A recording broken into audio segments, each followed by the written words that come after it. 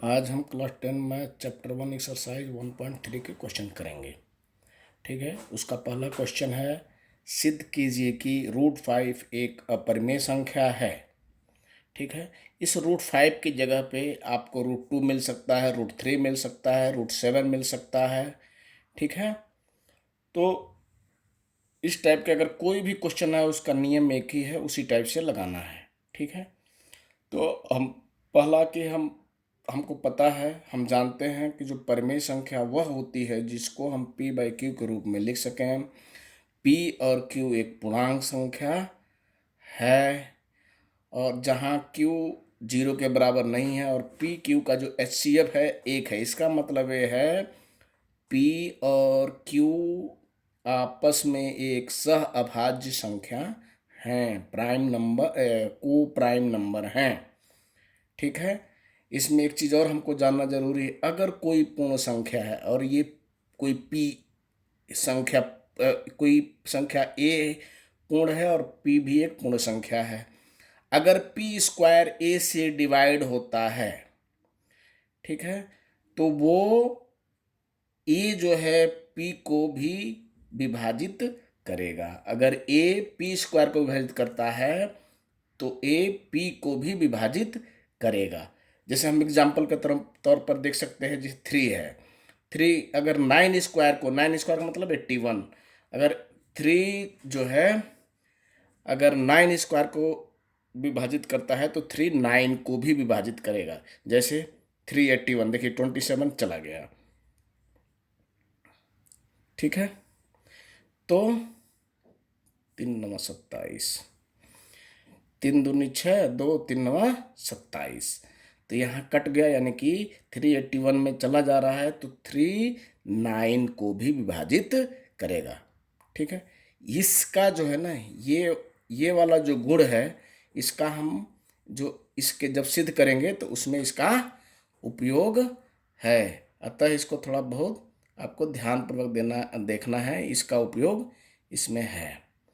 अब हम माना, अब इसको हम सॉल्व कर रहे हैं। क्वेश्चन नंबर 1, माना √5 बराबर a/b, √5 इसके जस्ट उलट मानेंगे। अब परिमेय बोला है, हम लिखेंगे माना √5 एक परिमेय संख्या है।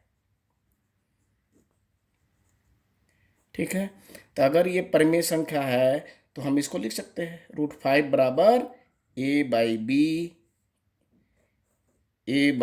जहां a b, इसको p/q भी लिख सकते हैं, जहां ab एक पूर्णांक संख्या है, b 0 के बराबर नहीं है, और a और b का जो HCF है, महत्तम समापवर्तक 1 है। इसका मतलब है ए बी आपस में सह अभाज्य संख्या हैं। ठीक है, अब हम क्या करेंगे, इसको हम वर्ग करेंगे। जो ही वर्ग करेंगे, आप देखिए 5 बराबर a²/b²।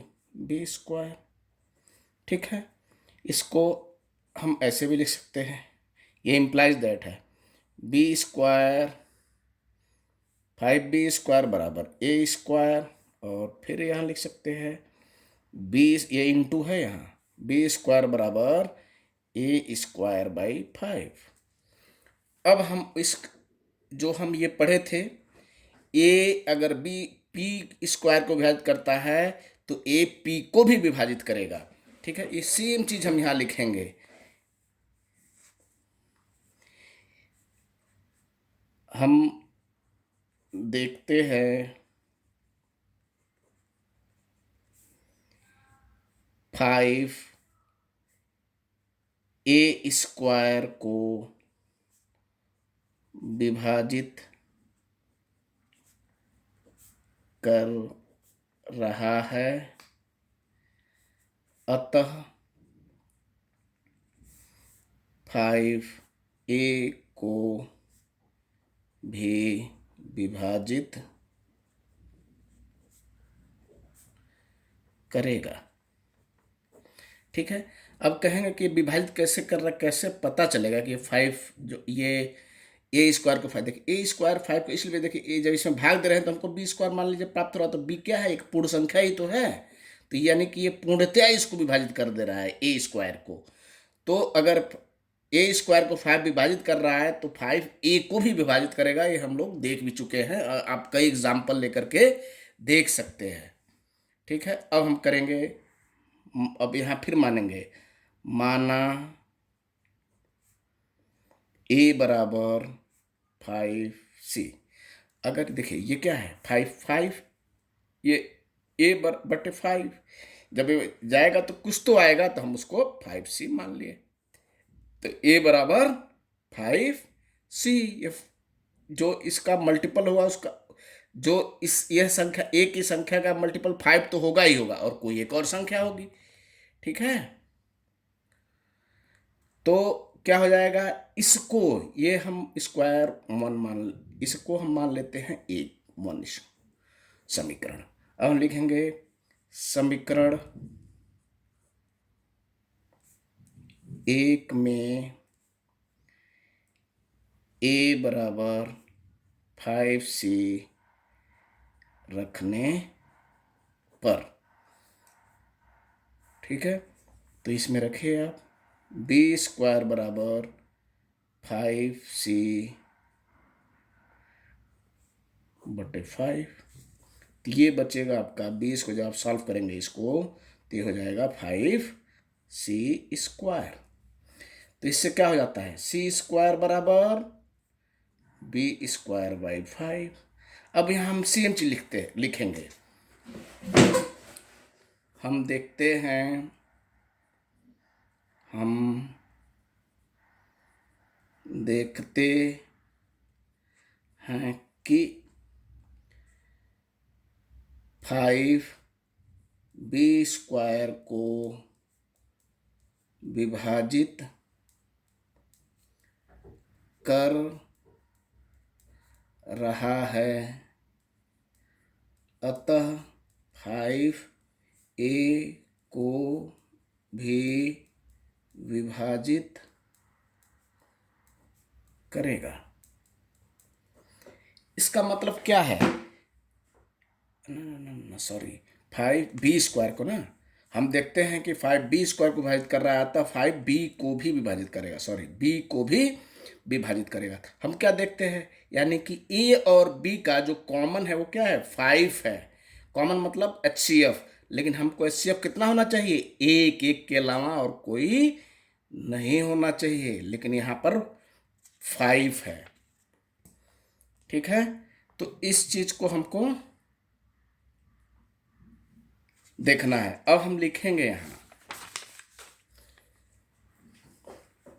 चूंकि ए और बी का HCF एक होना चाहिए,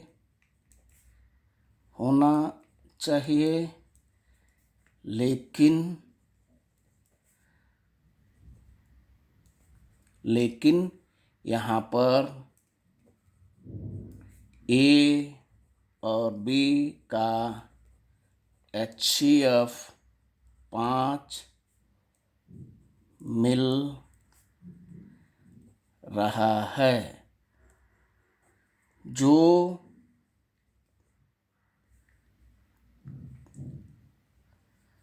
हमारे मानने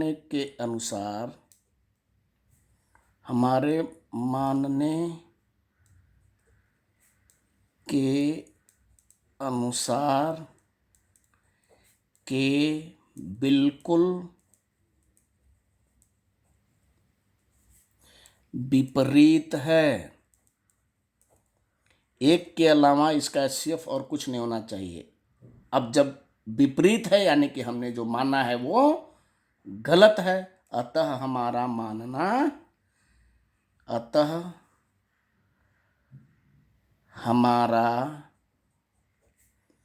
मानना कि √5 एक परिमेय संख्या है गलत है। अतः √5 एक अपरिमेय संख्या है। अब यहां लिख देंगे हेंस प्रूव्ड। ठीक है, ये कंसेप्ट हमको √2 में, √5 में, √7 में, √3 में, सारे में लगाना है, एकदम सेम टाइप से लिखना है। ठीक है, तो ये वाला क्वेश्चन तो हो गया। अब देखते हैं हम जो दूसरा क्वेश्चन है। दूसरा क्वेश्चन देखते हैं। सिद्ध कीजिए कि 3 + 2√5 एक अपरिमेय संख्या है। इस टाइप से कई क्वेश्चन आ सकते हैं, लेकिन हम इसको करते हैं। माना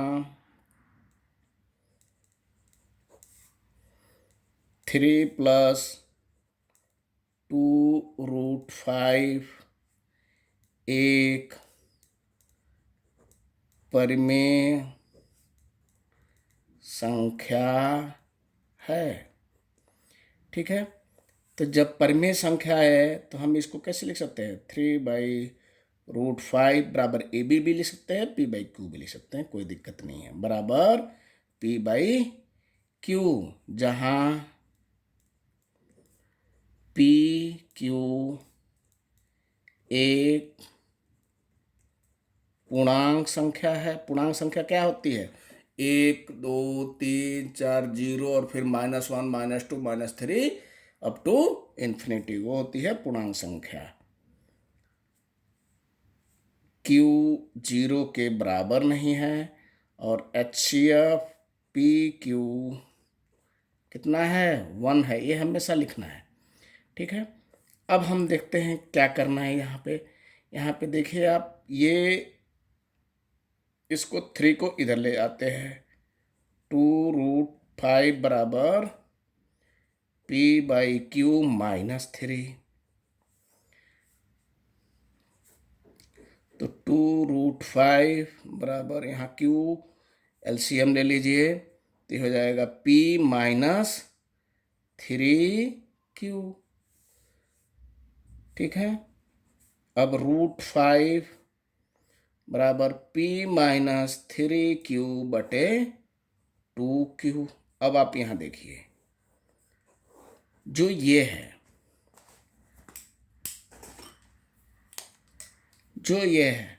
ये वाला, इस वाले पे हमको ध्यान देना है।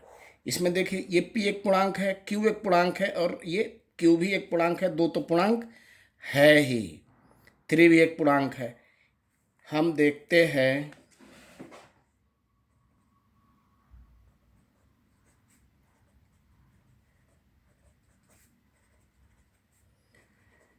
कि P -3Q बटे 2Q, और जब ये सारे पूर्णांक हैं तो ये क्या है? P/Q के रूप के फॉर्म में ही है। ठीक है, तो यह क्या होगी? यह एक परिमेय संख्या होगी। P -3Q बटे 2Q एक परिमेय संख्या है। लेकिन आप यहां देखेंगे, जो परंतु हमें पता है कि √5 एक अपरिमेय संख्या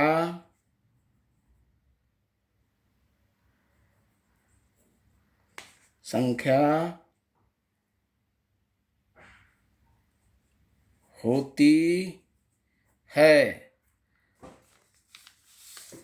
ठीक है, अतः